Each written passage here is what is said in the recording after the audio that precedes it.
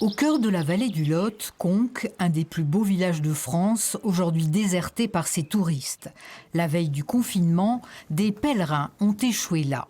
Il y avait eu les annonces du président et donc les mesures de restriction. Et donc on n'était pas bien sûr de pouvoir continuer, de vouloir continuer, dans quelles conditions, si on risquait de se faire arrêter.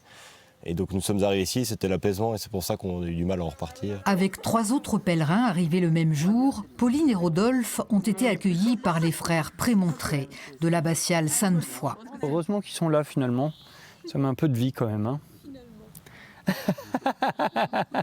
Alors les gars, hier j'étais en boîte de nuit, je me suis réveillé dans un monastère.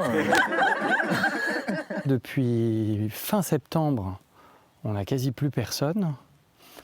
Et alors d'avoir quelques personnes qui en plus embellissent le jardin des pèlerins, c'est quand même une grande chance pour nous.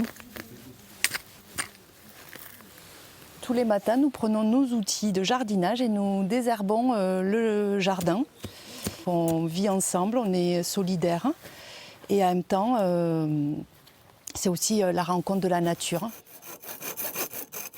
On s'est confinés avec les frères dans l'abbaye, enfin à côté de l'abbaye en tout cas, pour les aider et ça nous permet de faire un peu une étape dans le chemin.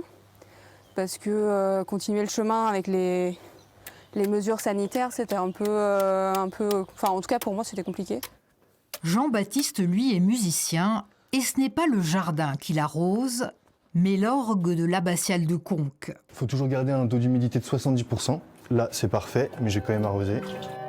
Jamais il n'aurait imaginé jouer un jour du Yann Tiersen sous les vitraux de Pierre Soulages.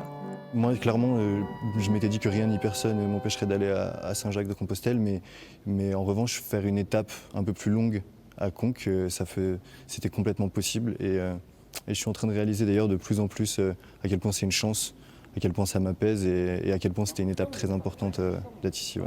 Le 2 mai, Jean-Baptiste reprendra son bâton de pèlerin et la route de Compostelle, seul comme les autres, mais plus fort sans doute, du pain et du temps partagé, l'espace d'un confinement.